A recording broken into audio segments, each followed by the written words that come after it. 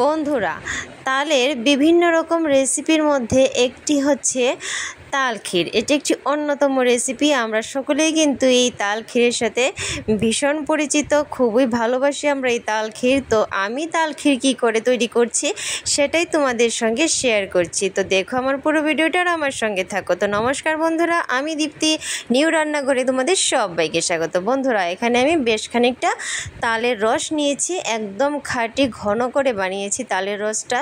তো সেই তালের রসটা যে আমি তাল থেকে কিভাবে সংগ্রহ করলাম সেটা কিন্তু আগের ভিডিওতে আমি তোমাদের সাথে শেয়ার করেছি। আর এই তাল ক্ষীরটা কিন্তু তালের রসটা কিন্তু ভীষণ ঘন, তো সেটাও কিন্তু তোমাদেরকে দেখিয়ে দিয়েছিলাম।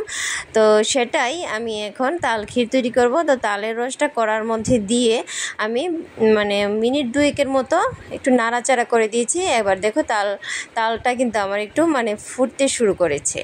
তো তালটা ফুটতে শুরু করেছে, এই অবস্থায় আমি এর মধ্যে দিয়ে দেব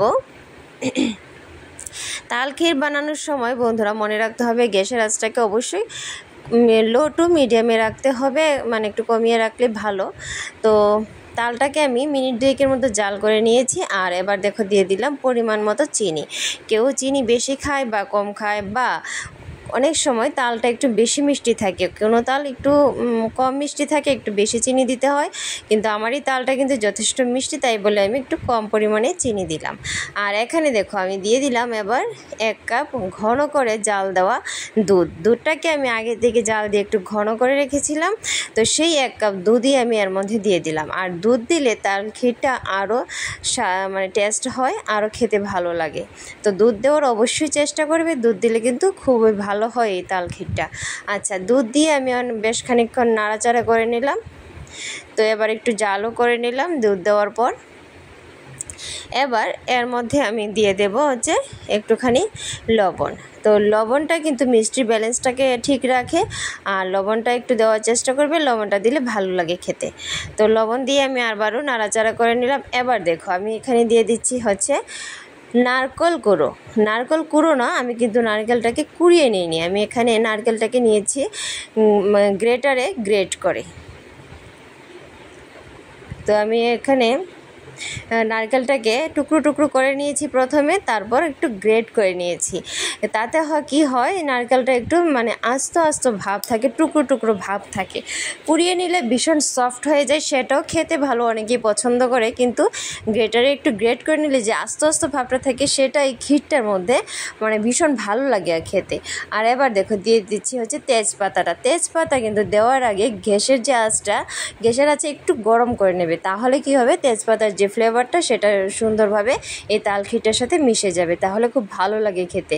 তো দেখো বন্ধুরা, সব কিছু দিয়ে দিলাম, দিয়ে আবারও খুব ভালো করে আমি তাল ক্ষীরটাকে এভাবে ঘন করে নিয়েছি। দেখো আরও কিন্তু জাল করে আমি তাল ক্ষীরটাকে ঘন করে নিয়েছি। তো এরকম ঘনই কিন্তু তাল ক্ষীরটা হবে, খেতে কিন্তু দুর্দান্ত লাগে বন্ধুরা, এরকম ঘন করে তাল ক্ষীর তৈরি করলে। আর দেখো তালটা আমার হয়ে গেছে, এই যে দেখো তাল থেকে বুটবুট করে ফুটছে, তাল কিন্তু ফুটে কড়ার গায়ে লেগে যাচ্ছে, উপরে উঠে যাচ্ছে, তার বুঝে যাবে যে তাল ক্ষীরটা আমার রেডি। তো চলো নামিয়ে দেখিয়ে দিচ্ছি তোমাদের কেমন হয়েছে। তো দেখো বন্ধুরা, ভীষণ কিন্তু দেখতে লোভনীয় ব্যাপার, খুবই সুন্দর লাগছে দেখতে। আর দেখতে যেমন সুন্দর, এই তাল ক্ষীরটা খেতে ততটাই সুস্বাদু। তোমরা অবশ্যই এরকমভাবে তাল ক্ষীর একবার বাড়িতে তৈরি করে দেখো, আশা করছি তোমাদের ভীষণ ভালো লাগবে। তো আমার আজকের রেসিপি তোমাদের কেমন লাগলো অবশ্যই কিন্তু লাইক কমেন্ট শেয়ার করে দিও, আর ভালো লাগলে আমার চ্যানেলটিকে সাবস্ক্রাইব করো। আর যদি ফেসবুক থেকে দেখে থাকো এই ভিডিওটি, অবশ্যই ফেসবুক পেজটাকে ফলো করে রেখো। তো দেখা হচ্ছে অন্য আরেকদিন অন্য আরেকটি ভিডিওর সাথে। আজ এ পর্যন্তই, ধন্যবাদ।